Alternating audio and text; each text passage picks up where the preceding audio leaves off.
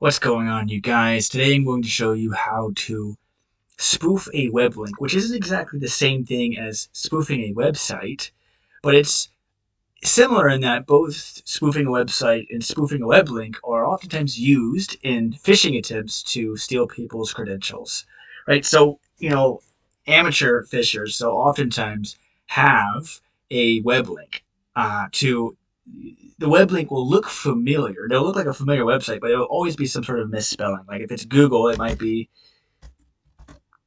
that might be an example. It has two G's in it, and it directs to the Fisher's website. But you could actually spoof the web link itself so that it looks like a legitimate website. And this is why it's always important. If you're somebody sends you a web link, and even if it looks like the exact web link, it's always important to hover over the web link to see where it's actually going to take you. And this is why I'm going to show you. So let's say, hypothetically, I want to convince somebody that they're going to get a free Amazon gift card that they simply need to redeem by going to www.amazon.com. Now, I'm going to be using the CRX search engine as a demonstration. This is a perfectly legitimate website. It's a search engine. But I'm going to spoof this web link, the CRX web link, to look like an Amazon web link. It's super easy to do this. All you have to do is, in, let's say, a Word document, or yeah, you can just go like this, hit enter, right click this, edit the hyperlink,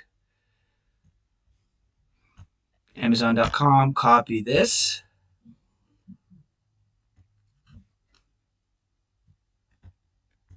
text to display right here.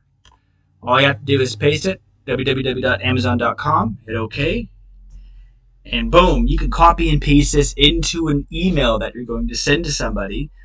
And as you can see, whenever you hover over it, it says https crx.thegpm.org, although the outside of it says amazon.com. And so maybe you'll click on this, and what the hacker might do is they might actually spoof the Amazon website itself so it actually looks just like Amazon, and then they'll convince you to log in with your credentials, and now they're able to make illegal purchases with your Amazon account.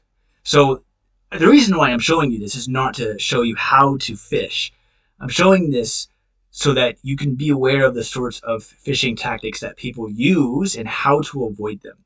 Anyways, I hope this was helpful. If you have any questions, comment down below. If you want to see more content like this, let me know as well.